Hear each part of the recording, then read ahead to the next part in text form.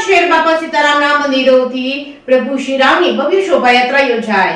અયોધ્યામાં પ્રાણ પ્રતિષ્ઠા મહોત્સવને લઈને ખેડબ્રહ્મા શહેરમાં પણ મારવાડી પ્રજાપતિ સમાજ તેમજ અન્ય સમાજના આગેવાનો દ્વારા બાપા સીતારામની મઢુલીથી યાદે ચોકથી રામ લક્ષ્મણ સીતા તેમજ શબરી તેમજ હનુમાનજીની વેશભૂષા સાથે ભવ્ય શોભાયાત્રા યોજાઈ હતી। આ શોભાયાત્રા બાપા સીતારામ મઢુલીથી દેવી ચોકથી નીકળી સરદાર ચોક પેટ્રોલ પંપ તેમજ લક્ષ્મીપુરા 4 રસ્તા થઈને શીતલ ચોક થઈને પરત શિયાદ મંદિરે થઈને બાપા સીતારામ મંદિરે સમાપન કરવામાં આવ્યું હતું। મારવાડી પ્રજાપતિ સમાજના અગ્રણી તેમજ ખેડબ્રહ્મા વોર્ડ નંબર 4ના પૂર્વ પ્રમુખ અરવિંદભાઈ ઠક્કર, દશરથભાઈ પ્રજાપતિ, કરિયાણા એસોસિએશનના પ્રમુખ હસમુખભાઈ રાવલ, બાબુભાઈ પરમાર, મોહનભાઈ મિસ્ત્રી સહિતના ઉપસ્થિત રહ્યા હતા।